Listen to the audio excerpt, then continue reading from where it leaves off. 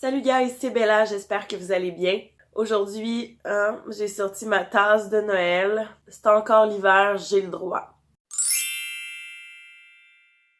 Pour vous parler un peu plus sérieusement, aujourd'hui je m'adresse principalement aux jeunes femmes, mais aussi aux jeunes hommes. Premièrement parce qu'il y a aussi des hommes qui sont aux prises avec ce problème, ce dont je vais parler. Non pas pour vous accuser les hommes puis tout vous mettre dans le même panier, mais plutôt vous conscientiser face à ce sujet-là. Aujourd'hui, je vais vous parler des standards, ou du moins de ce que les médias tentent de nous faire gober en termes de standards de beauté féminine. Que ce soit par les émissions jeunesse, que ce soit dans les magazines, les photos retouchées démesurément. Je généraliserai pas parce que, c'est peut-être possible que tu sois à 100% bien dans ton corps. Et si c'est le cas, félicitations, vraiment bravo, parce que c'est vraiment quelque chose qui est difficile à atteindre dans la vie, je crois. Puis moi, personnellement, je connais pas grand filles autour de moi là qui, directement, là, qui peuvent dire qu'elles sont vraiment bien avec elles-mêmes, qui peuvent dire qu'elles filent le parfait bonheur en contemplant leur silhouette dans la glace. Je crois qu'on a toujours un petit quelque chose qui nous complexe. Puis sérieusement, je trouve ça vraiment triste. Et ce que je trouve d'autant plus triste, honnêtement, c'est que malgré que la société soit à même de constater les fléaux qui sont encore bien présents dans notre société, que ça parte d'un simple problème d'estime de soi, en passant par la boulimie et ou l'anorexie, ou encore par des panoplies de shakes protéinés ou de régimes trop stricts, on se fait encore projeter au visage que pour être considérée belle ou en forme, faut que tu sois mince. J'ai lu un article hier justement à ce sujet-là que j'ai trouvé hyper intéressant. Je pourrais vous le laisser en barre d'infos. Je vais essayer de le retrouver. Cet article-là traitait du fait que ça date pas d'hier, la pression de quoi j'ai l'air. Depuis le début des années 1900 aux décennies, il y a une nouvelle mode ou un nouveau standard de femme parfaite qui est sorti, qui se voulait un modèle à suivre pour les femmes dites normales. Puis nous, encore aujourd'hui, on gobe ça. Je veux dire, quand est-ce que ça arrête ça? Quand est-ce qu'on va dire aux jeunes femmes que même si leur poids est un peu au-dessus de la moyenne, qu'elles peuvent être magnifiques? Quand est-ce qu'on va voir plus de femmes rondes à la télé ou dans les magazines ou comme modèles? Je veux dire, je sais pas, là, j'en ai répertorié à peu près 3 qu'on voit souvent au Québec, là, soit Debbie Lynch White, Sonia Vachon, puis Valérie Blais. Si vous en connaissez d'autres, je vous invite à me laisser ça en commentaire. Honnêtement, on n'en voit pas beaucoup, tu sais. Puis malgré qu'on en trouverait peut-être 1, 2, 3 non de plus, je trouve que c'est pas assez.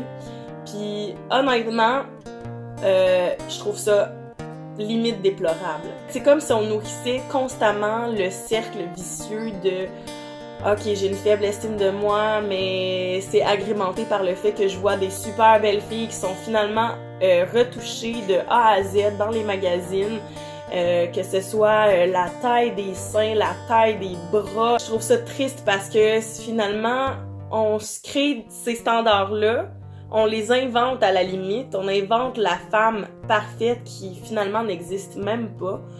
Et c'est ce qu'on projette, les jeunes femmes vont voir ça et on entretient finalement ce problème d'estime de soi, ce problème de confiance que les jeunes femmes ou même les jeunes hommes, tu sais, je généralise beaucoup depuis le début de la vidéo, je parle beaucoup des jeunes femmes, mais il y a aussi des jeunes hommes là, qui sont aux prises avec des problèmes d'anorexie, là, c'est même pas drôle. Il y a beaucoup de pression sur les épaules de nos jeunes. Je voulais vous en faire part parce que depuis les derniers mois, j'ai personnellement pris beaucoup de poids, hein, on se le cachera pas, visiblement, vous l'avez remarqué.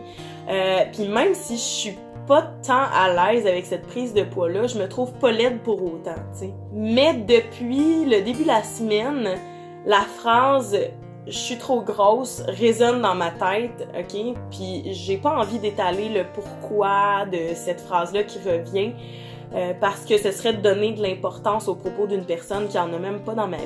Mais toi qui m'écoutes en ce moment, je veux juste te dire que peu importe ce qu'on pense de toi, peu importe ce qu'on dit de toi, l'importance, en fin de compte, la vraie, c'est celle que tu vas t'accorder à toi-même.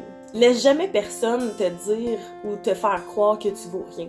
Laisse jamais personne ébranler ta confiance. Parce qu'on est tous et toutes des belles personnes. Puis je crois que tu deviens une belle personne dans la mesure où tu t'accordes le droit de l'être. Puis honnêtement, si t'as tel ou tel rêve, ben c'est pas parce que ton enveloppe corporelle est différente de la moyenne ou qu'elle correspond pas à l'image que le monde véhicule qu'elle devrait être. C'est pas à cause de ça que tu peux pas les atteindre, tes objectifs, tu sais. Au fond, là, ben honnêtement, entre toi pis moi, la vraie beauté, là, c'est ce que t'es en tant que personne. C'est tes talents, c'est ton potentiel, c'est ton charisme, c'est tes qualités. C'est pas ton enveloppe corporelle. J'ai hâte en maudit qu'on s'ouvre les yeux du cœur parce que la vraie beauté, au final, c'est ça, selon moi. Puis, vraiment, là, comme tout ce qu'on peut dire sur toi, tout ce qu'on peut penser, là, ça a aucune maudite importance. La seule importance qu'il y a, c'est qu'est-ce que toi, tu penses de toi-même. C'est ça la seule vérité. Je crois que il y a trop de monde qui souffre de mal de vivre et de mal-être avec sa propre personne. Je pense que malgré qu'on en parle beaucoup, que c'est pas encore acquis, que les gens ont pas nécessairement compris ça. Puis souvent, on est capable d'envie de donner des conseils, mais on est moins capable de les appliquer dans notre vie. Puis je pense que ça fait toujours du bien à entendre ces mots-là. Pour 2018, pour vrai, je vous souhaite d'être bien avec vous. Je pense que c'est le plus beau cadeau que tu peux pas te faire à toi-même. De lâcher prise sur ce qu'on peut bien penser ou dire dans ton dos. On s'en fout, ça t'appartient pas, ça leur appartient. Laisse-les vivre avec le négatif. Laisse-les entretenir ce genre de pensée-là. De toute façon, la seule personne à qui ils font mal en faisant ça, c'est à eux-mêmes. Fait que, toi, là, hein, balaye-toi-en, là, les épaules. Oui, parce qu'on se balaye tous les épaules, c'est bien connu. Je me balaye les épaules, je me balaye les épaules. Oh yeah! Crois en toi, puis fonce, Colin. Défonce-les les portes. Peu importe ce que t'as de l'air, peu importe ce qu'on croit que t'as de l'air, on s'en colique, ok? T'es-tu bien avec toi-même? Si la réponse est non, ben va chercher de l'aide. Si la réponse est oui, tant mieux. Si la réponse est ça dépend des jours, ben continue à progresser puis à travailler sur toi. Tu sais, la personne avec qui on va vivre le plus longtemps dans notre vie, là, c'est nous-mêmes. Parce que toutes les autres qui nous entourent, là, sont risqués de s'en aller un jour ou l'autre.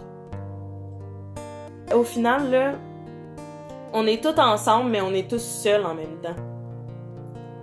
Puis si t'es pas bien avec toi-même, que ce ne soit que physiquement, tu vas l'attendre longtemps, le bonheur. Think about it. Je vous aime, là. Soyez fous. Cheers!